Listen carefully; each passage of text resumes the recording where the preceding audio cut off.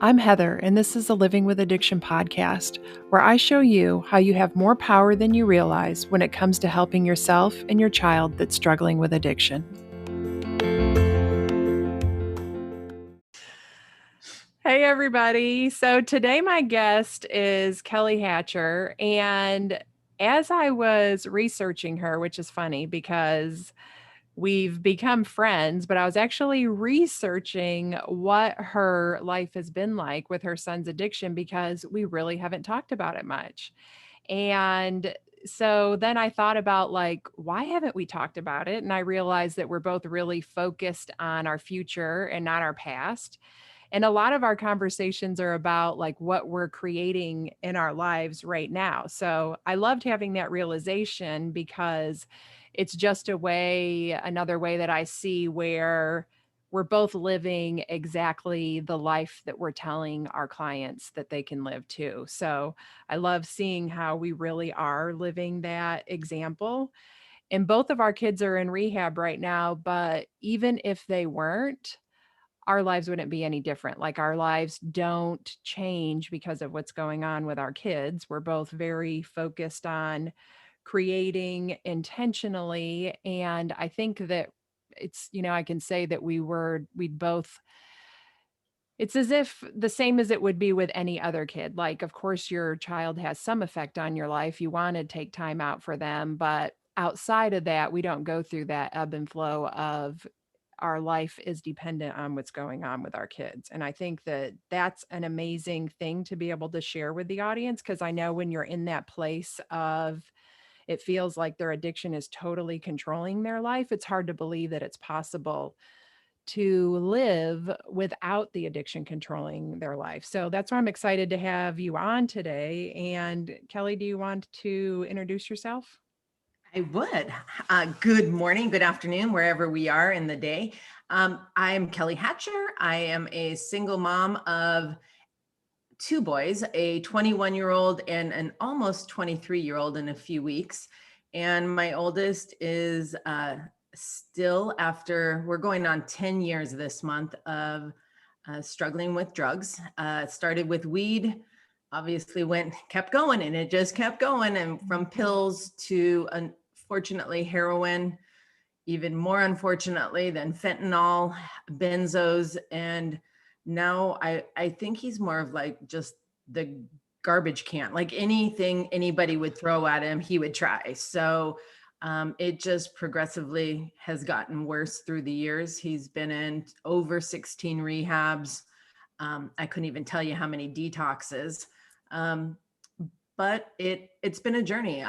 Doing this alone is really challenging. My other son is a type 1 diabetic, and so they both have diseases, and I have to handle both diseases differently. And I've learned through the years, as of you, I don't have control of this. This is their journey. And, when they were younger and kids and living in the house, definitely Mama Bear took over. But as of now, I love where you and I both are. Like we're celebrating our lives, and we are living, um, for the most part, joyful lives. I mean, Yeah. obviously we all have hiccups. That's the 50-50 split, but I love where we are because I know that feeling where I was, where addiction controlled my life. And Yeah. it's so much easier and rewarding being able to smile again and be happy with other people and not constantly being worried of, is he alive? Is he on the streets? Is he, shooting up? Like there's was so much worry and fear, and I don't live that life anymore. So it's really, really exciting. Yeah, and we have in common that we both like to laugh and keep things light, even doesn't really matter what's going on. I mean, it's all up for jokes, whatever's happening in our lives. For sure. And I love that we have that in common too, because we can get stuck living in such a state of stress and fight or flight. But what was your moment that made you realize I've got to change? Like, I can't live this way anymore. I was turning everybody off in my life. Like I didn't feel like anybody understood what I was going through. And so I just became really angry at the world. And honestly, I started drinking way too much because I didn't want to deal with it. And so for me, thankfully, I do not have that addictive gene where I I couldn't stop on my own. I could, but it was literally like, holy shit, I need help. And found a therapist and then found a coach and kind of just opened my eyes to I am not taking care of myself. Like I am so a fixer. My master's degree is in counseling. So my whole, 28 years in education and doing social emotional counseling with kids has been helping others. And I thought I could help my own kids. I truly thought I can fix him. I know how to fix him. I've got the tools. Yeah, I was only fooling myself. I never was able to fix him, nor my other son. I can't fix diabetes. If I could, I'd be a millionaire. Right. So learning that I needed to take care of myself. I needed to take off the tiara of the enabling queen. And I was queen, not princess. I was a queen of enabling. And just kind of moving the blinders away and realizing this is not me. This is Jake. This is not me. This is Ian. So I had to kind of learn how to take care of myself for honestly the first time. I've never truly taken care of myself. And it just, sparks, fireworks. Like I was like, holy crap, I need this for me. And it feels so good to be where I'm at now. And I don't want to sound like it's a pill or something that I've taken that, hallelujah, because it definitely is a daily working at this of Yeah. how to do this. Yeah, and you think about how much time we spent wrapped up in what we were going through before, the amount of time that we spend working on ourselves really doesn't even compare. But it's interesting how when somebody is facing that kind of change, it seems like it's going to be a lot of work. But Right. that work is really nothing compared to what we were going through Oh my before. gosh. Night and day, night and day. It feels good. And the work we were doing for both of us was just dredging through the trenches. I felt like Yeah. give me my shovel and let me just keep moving the crap out of the way because I'm not getting ahead. I was never getting ahead. Yeah, that was an awful feeling of that overwhelm. And like, no matter how hard I worked, I used to say it was like playing that game whack-a-mole, where all the moles come up and you have to whack. And it just felt like every time I hit one, five more popped up. I mean, it was just like an endless game of whack-a-mole. Okay, It's that is so hilarious. And every once in a while, if I could just whack my kid in the head, maybe it would change things. yeah, that did not work. And so, how did you feel about yourself as a mom before you made those changes? Because I know that that's another really hard part of it too. Like, I felt like such a failure. And I think part of when you feel like a failure and you're so down, it makes it even harder to make that change. But you obviously were able to pull yourself out of that. But what were you feeling like before you made those changes? So before Jake's addiction, I was the kick-ass mom. Like I am the mom that I worked full time in education, whether it was teaching or counseling. I was PTA president of the elementary schools they went to. I was team mom for every single sport. I was the make breakfast every morning, pack a lunch. My kids never bought lunch, had the dinner. Like I was literally June Cleaver. And I thought I kicked butt at it. I really did. Um, Once the addiction, and I was also going through a divorce at the time the addiction started. Mm, So it was really, really hard because many people judged me on my actions and what I was doing. And so I took everybody's thoughts of what a bad mom I am. How dare I do this? This is your fault. He's using drugs. And I lived in those thoughts of others for years and years and years. And those are what literally jacked me up, because then I believed Jake started using weed because of me. Like, this is how he's dealing with the divorce. And um, it obviously I've learned much more from that of no, those were just other people's thoughts. And I didn't have control of those, but it wrecked me. It wrecked me for a long time. And I just felt like I'm doing everything I can to help you. Like, I will drive you 12 hours to meetings and take you to this rehab. I took out loans to find the best rehabs. And let me just tell you, the best rehabs sometimes are not the best rehabs. And it Right. just, financially was draining, physically, mentally, everything. It took a toll on me. Yeah, it does. I remember I just got to the point where I was so sick all of the time and not really functioning anymore. And it just took such a toll on me that I didn't even recognize who I was anymore. My daughter used to say to me all of the time that I had changed, and it would just make me mad because I thought she was just being mean. But she was just shooting, a big dose of truth in my face. I had really changed. And so it is really hard to stop and take that look in the mirror and see what you need to change about yourself. Yeah. But like, so how do you feel as a mom now since you've made changes in your life? A thousand times stronger, more confident, loving. I can love him, even though sometimes I truly do hate him. I like 100%. I hate him, but I will never stop loving him. I'll tell him all the time, I will always be your biggest cheerleader, always. But sometimes I just don't like who you are. But I can still love you. So I feel that now, I mean, you and I just spoke. I'm going to see him this weekend, and he called me and asked me to come visit him.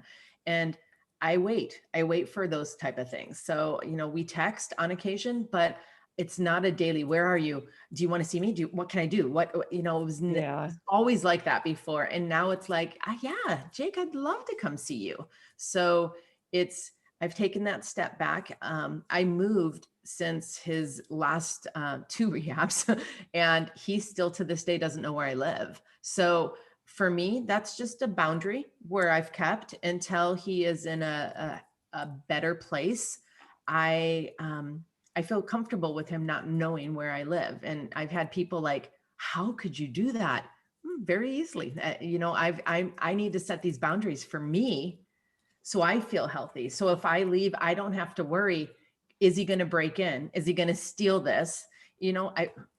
We both have had that, and I'm not going to have that again. I've learned my lesson. It only took 5,362 times, but now I've learned it. and so it's setting those boundaries, and it feels good. Yeah, I can still remember when I really got it for the first time. My daughter had stolen some of my checks and taken them to the bank to cash them. And all of the other times before that, it just didn't hit me that how much she had really changed to do these things. Or I was just still in such denial about her addiction, about how far she was going to be willing to go to get money to feed her addiction. In that moment, though, while painful, it was also very empowering because that was when I started making changes that protected both of us. And when I started, setting boundaries like you just talked about, that's a big boundary. I know that that would be really tough for a lot of parents to face that. They would feel guilty. Did you struggle with guilt or anything like that initially? Or, I mean, how do you Oh, deal with that? yeah, for sure. For sure I did. Because, my thing, even when he was in high school and he didn't follow curfew, um, I knew he was using already. And I, lived in a town where I was calling police. The police knew me all by name. They would be at my house too many times, but they had told me if I just locked the doors because he was underage, I had to put out a sleeping bag and maybe a glass of water, a bottle of water, and a granola bar. No pillow, no nothing. And I was appalled for the first few times. Like, who would do that? Who would do such a thing? Like, that is so horrible. Well, yeah, I did that numerous times because it's like, hey, my house, my rules, but it's hard at first. It's really, really hard. And when you and I, coach families, they are like, they think I'm a hard ass bitch some of the times, excuse my language, but you have to be to protect yourself until you get to a point where, no, I'm not that person. I still love him to death, but these are my rules and boundaries. This is the guidelines for me. And he knows what they are. So you either accept it or you don't. It's his choice. So it's a journey. Yeah, and I can see how you can either be up all night worried and angry and frustrated and pacing the floor waiting for him to get home, or you can put the sleeping bag and drink and granola bar outside and go to bed and get a good night's sleep and wake up refreshed in the morning. Right. Like And that's you the might still get extremes. the banging on the door and the screaming and the yelling and open the door, which I did get numerous times. But after a while, he just learned you can yell and scream. I call the police and they calmed him down. They never took him away. But they would calm him down and say, dude, these are your options. Get off the property or get in the backyard and shut up. And most of the times he went in the backyard and fell asleep. So it's it's one of those things that we learn. And the denial, like you were talking about your daughter stealing the checks, I did the same thing. I was in complete denial. I was noticing like $400 at a time was taken out of my account. And of course I asked him, and he's like, I would never steal money from you. Are you crazy? Like, I thought I was losing my mind. Like, what's happening? To the point of I had to call the police and said, I think I have some identity theft. Something's going on. The bank had to file a report. They had to get all of this information. And 2 weeks later, they had me come in to view the cameras to Oh, see if I could recognize. Now I've got the police, I've got the head people of the Bank of America, and I walk in and watch the videos and see my little turd son withdrawing, and I just start bawling, crying. I mean, it is such a gut or punch to the gut. Is that what it's called? yeah. Like literally it sucks. And it was like opening my eyes more and more as things were like, oh, there's no way you can lie anymore. Like I call BS way too many times and they're so good at it. Yeah, yeah, that is such a humbling experience because I've been there, too. Like the police were there when the bank called me. Luckily, it was a local credit union and they just let me handle it. Oh, And the police officer even said, like, you can press charges, but because she's a minor, you're going to be forced to get her a lawyer and you're going to have to show up in court with her every time and it's going to cost you a fortune. cha-ching, cha-ching, Yeah, cha-ching. so just think about it before you do it. And, there was another time that she ran away. The first time she ran away, that I was in an all out panic. It was a little less panic every time she ran away after that. But I went to the bank because she went and took out money and I didn't know what she was wearing. So I had to get their help to get video of her just so I could see what clothes she was wearing. So I've experienced that sitting in the bank with that sinking, awful. It used to be humiliation I For felt every sure. time Oh that yeah. happened. So I totally get what a humbling experience that is. Yeah. And it's hard because I think so many people picture someone being a drug addict or addicted to pain pills or whatever you want to say is this pond scum that lives on the streets. And when you say it's your child, it's like people, oh, I'm so sorry. I had a guy working at my house yesterday who said, yeah, luckily my wife was able to stay home, so our kids turned out Oh, well. And yeah. I had to bite my tongue because I'm like, dude, do you really think having a stay-at-home mom's going to really change it? But I just thought, okay, you know what? No, I don't need to battle this. It's not my battle to fight. So, but people I think are, I don't want to say ignorant because that's rude, but oblivious. I'm going to use that word. It sounds nicer. Of Yeah. understanding that it addiction's everywhere. And it doesn't matter what race or financial level you're at, it can happen. And unfortunately, it's happened to both of us with our children. And I've learned so much, and not that I would want this life to be the way it is and him struggling, but it is what it is. And I can't change that part. So Yeah. we just kind of push through and we laugh a lot. And I love having you in my life now that I can call you because you get me. Yep, been there, done that. Yes. Yeah, we've had many laughs about what we're going through. But I used to be one of those oblivious people. I was the worst. I was so judgmental. I really believed that I could out parent any life problems. That if I was a good enough mom, my daughter would not have to deal with any kind of addiction. And so, of course, that belief created so much more pain in me when she did become addicted, because then of course I had to believe that it was my fault, because if it was my job to stop it from happening, that it was my fault because it happened. But I gained so much more compassion, and anytime I see somebody dealing with addiction, I have compassion for them and their family. And even like when I see a homeless person, I feel, I just think there is somebody who loves that person. That is somebody's mom or dad or brother or sister or kid or whatever. And they are hurting because they don't know where that person is right now. And so it just has given me such a different outlook on so many parts of life. Yeah. Homelessness to me is, I used to have the McDonald's coupons in my car, and my boys, when they were little, would say, Mom, let's give this guy on the corner a coupon. But my son was homeless in Portland for 7 months. He was homeless in San Diego. And for me, I walked the streets looking for my son. And seeing so many young kids that are homeless in San Diego, it was heart-wrenching, completely heart-wrenching. Some of the boys actually said they saw him the day before, which put my heart at relief that he was still alive. And I ended up walking away, but coming back with burritos for all of them, because they're kids. I mean, someone's mom. And I offered my phone to one of them, like, do you want to call your mom? Like, here, babe, use my phone, call your mom. And he's like, she won't understand. And I mean, I ended up doing over the holidays a huge backpack drive.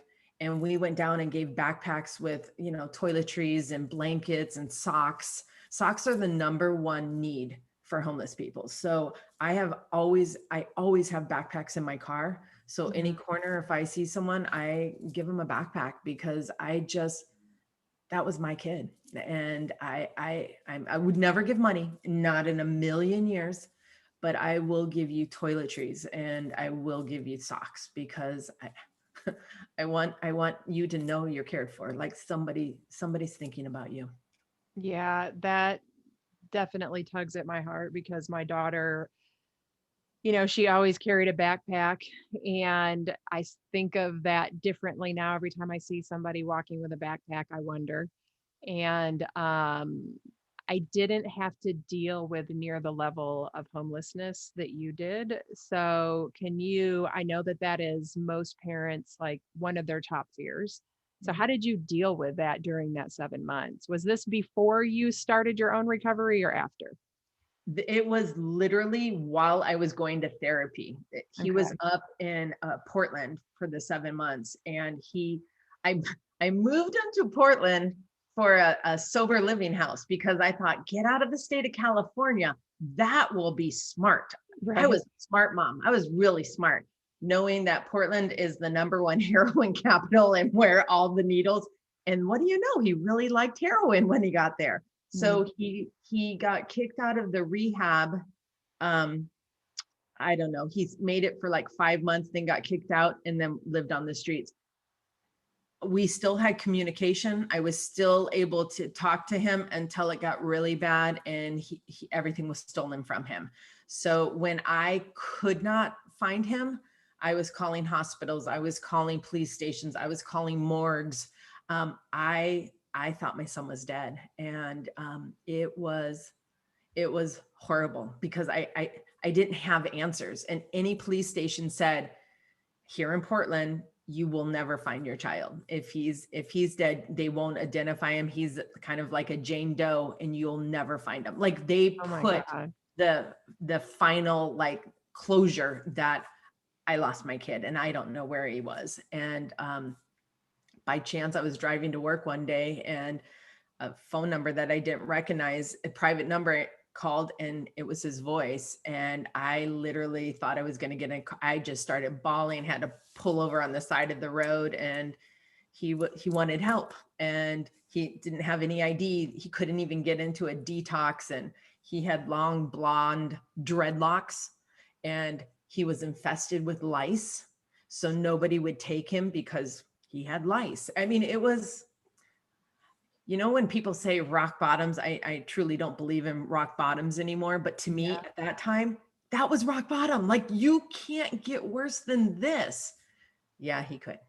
And he did. And it's just, I mean, I look at homelessness such in a different light. And so many of the kids would say, dude, your mom is like, look at, she's here looking like she wants to help you. I wish my mom, like, I wish more parents, but I don't think it's like parents are giving up. I think parents just don't know where to look.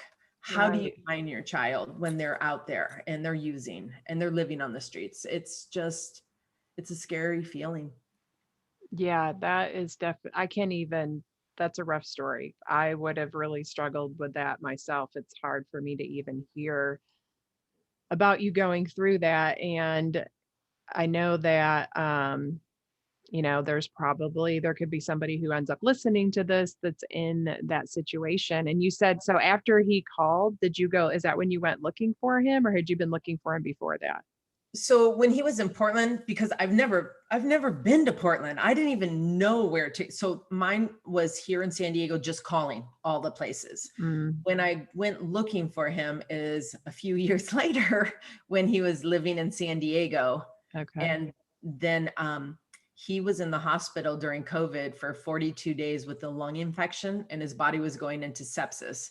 And he chose to leave the hospital. And so the doctors were calling me saying, he will die. He will die within a week's period of time if you can't find him. And so that was kind of like, holy crap, like, I need to get his butt back in here. So that was obviously recently. So he, finding him was, and I gave him an option. I brought a backpack with blankets and clothes and a new pair of socks and shoes and all of that. And I said, here's your two options. You can get in the car and I can drive you straight to a detox right this minute, or I can leave you and I can give you this backpack and hopefully it'll keep you warm tonight. Cause it was around November. So, I mean, we're in San Diego, but it was, got down in the 40s. And it took 3 hours of talking to him and not even convincing him. I didn't want to be that person. I had a girlfriend who, her kids are not users, and I'm like, all right, we need to go. And she's like, what? What do you mean we're going to leave him here? We can't leave him. We finally found him. And she's crying. And I'm like, he has to be wanting to do this. I can't. He has to want this. And thank goodness I had a guy on the phone that he doesn't know, who convinced him to, he worked at a recovery place. I didn't even know him, but I have been in this business. You start meeting people. And I ended up calling him. It was 9:00 at night. He talked to Jake for maybe 5 minutes on the phone. And Jake was like, all right, I'll go to detox. Wow. I was like, holy chowder. I don't know what you said in 5 minutes, dude, but you are my new best friend. So everybody's going to be calling you asking for this guy's number. Right. Exactly. So, so it's been a journey, but he's, today is a good day. He's in a good sober living as of right now. And I think you and I both agree that it's, it's a day by day, and I have to be thankful that he's here with us and he's sober today. So today's a good day. Yes. And he's been to 16 rehabs, you said? Yes. So I know that, like, my this is only her third one.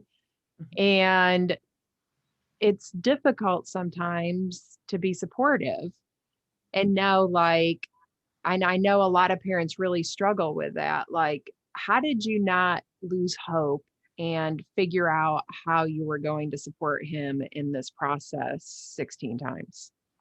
I've lost hope many times, but I've now gotten to a point where like people around me, and again, they're not in this walk of life that we are. So people get so excited when I share a story about Jake, and they're like, "Oh my gosh, this is it. It sounds like this is going to be the one." Yeah. I have had it in my life so many times that this is the one. He sounds great. Yay, recovery. And get so excited. And then 6 months later, he relapses. And my heart is devastated and crushed. And I'm back to wanting to just cry. And I thought, I can't keep living like this. Like, if I get too excited about where he is, the only person who gets let down is me. Right. So am I happy for him? 100%. But I won't get to that ecstatic, this is the one, because we don't know. We don't know what the future holds for any of us. I mean, I can go outside today and get hit by a car. Like, I hope not, Right. but like literally, we don't know the future. So for me to get excited about the future is silly. It's really silly for me. So I'd rather just get excited for today's a new day. And it's so far, it's been a beautiful day. Yeah, I agree. I definitely have changed my perspective on that's not the solution. There's your Sorry. train. I live by the train tracks. I apologize. um, that is not the solution. Like, I think that that's an important way of looking at it is the solution is really just how we keep showing up and living our life no matter what's happening in our kids' life. And I think it sounds like that's how you live your life, that's not the solution, and that you know how to live your life no matter what is going on with your son. Correct. You Yeah. got it. You know me pretty well. So you said earlier that you were a single mom, and I know that a lot of times when I get on a call with parents, they'll talk about experiencing this alone and how hard it is to experience it as a single mom. And, I've thought many times, like, I wish I had somebody to help me with this. I wish that I had another person that I have people that I can turn to who will listen to me and support me, but I don't have the other parent to turn to and say, "Hey, I'm exhausted and I need to tap out. I need you to stand in this for a while." And I know that you don't have that either. So how do you support yourself as a single mom going through this? So at the beginning, obviously, it was rage because I was pissed Yeah. that my ex-husband truly doesn't understand, and he's much better now, much better at understanding it, but uh, financially supported or support me, he never, ever, ever. And so I was just angry at him mostly. And Yeah. then I had another relationship for like 5 years and he left, and that just devastated me. Like, why is nobody supporting? Like, I just that, like, can I just cry on someone's shoulder? Like, Yeah. I'm having a crappy day and I just want someone to hold me and let me bawl like a baby for, give me 30 minutes. I'd be happy. And then I'll wipe my tears and put on my big girl panties and I'll keep going. But I don't have that. And having another child in the house when Ian did live here, Mhm. um, that was hard because I don't want to be sad around him. I want his life to be, I don't want to say perfect because nothing's perfect, but I wanted him to feel loved and cared for, and that I wasn't 100% Jake anymore. I was 50-50 and I loved him just as much. And so I would cry in the shower. Like, I would bawl in the shower when I was having a bad day. And then I'd come, hi, good morning. What do you want for breakfast? You feel like Sybil. Like, I literally was a psycho lunatic of my emotions because I faked it because I didn't want my other son to see me sad. And now that he's, 21 and in college, he's like, Mom, I knew you were crying in the shower. Like, Right. dang it. I thought I was really good at this. And so it's a challenge. It truly is. Finding people like you, I mean, is so rewarding for me. It fuels me because my best friend has never had these issues, but she's my support. She's definitely there for me. But when I'm talking to you, like your head's nodding up and down, like you're like, yep, that's what happened in my, yeah. We have that similarity. And I think it's so important to have people that truly have walked this walk with you. Yeah. And even though our stories could be different, we get each other. And, a lot of people do the Al-Anon, the Nar-Anon, that type of stuff. I did it for a long time. I needed more tools. I needed Me too. people who could give me tools and not just, let's hear another sad story and we'll pray for you. Like, I just felt like, great, pray for me, love it. Great. I'm glad you have a story as well, but I needed to stay away from so many negative stories. It was Mhm. really bringing me down. And I, pray for me, but can you give me tools too, please? Because I Yeah. really need the tools. And that's what I was missing. So I had to go find it for myself.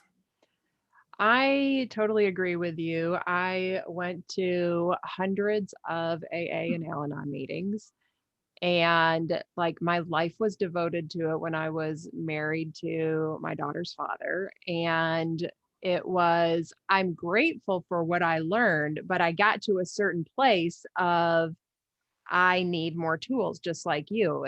It didn't take me far enough. I wanted to be healthier. I didn't want to have to depend on.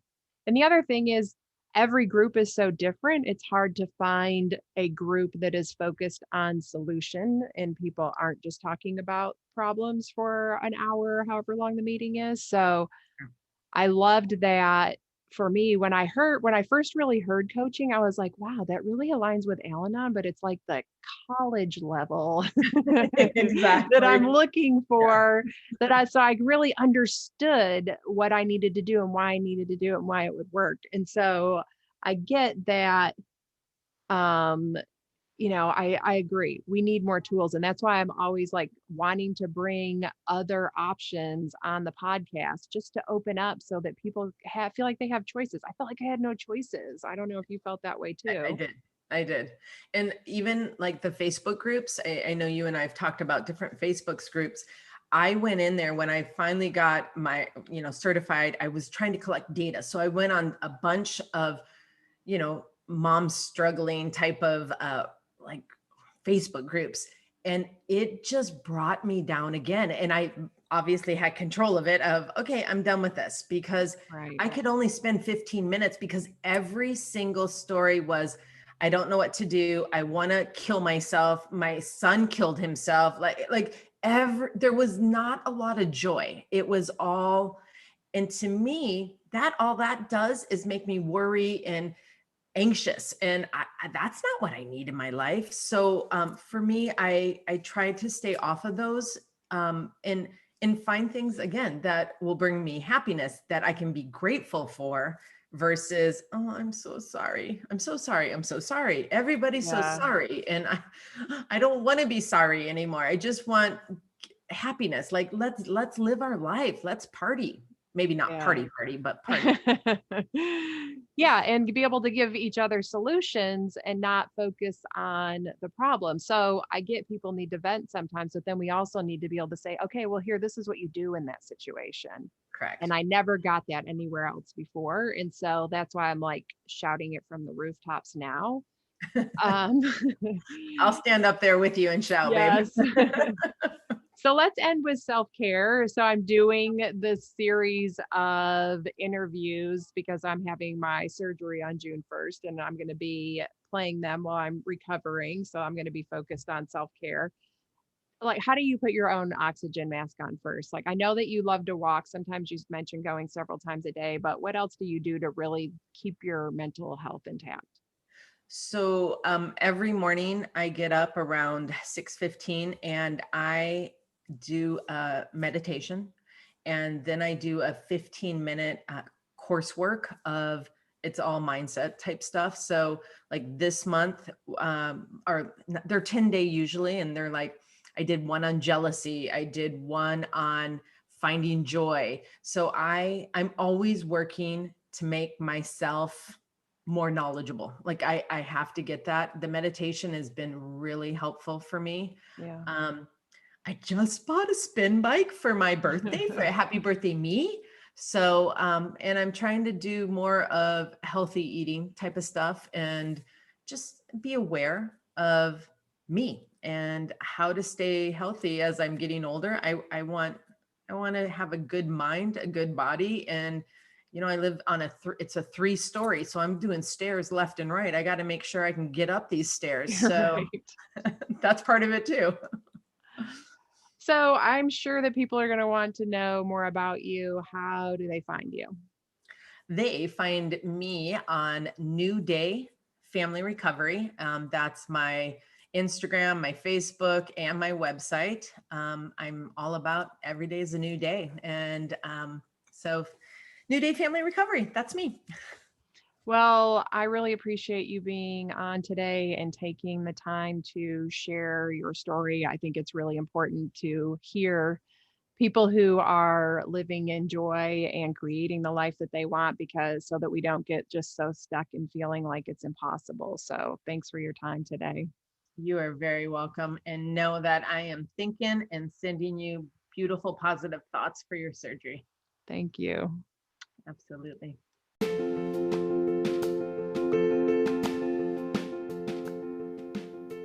Thank you for listening to this episode. If you want to learn more about my work, go to heatherrosscoaching.com.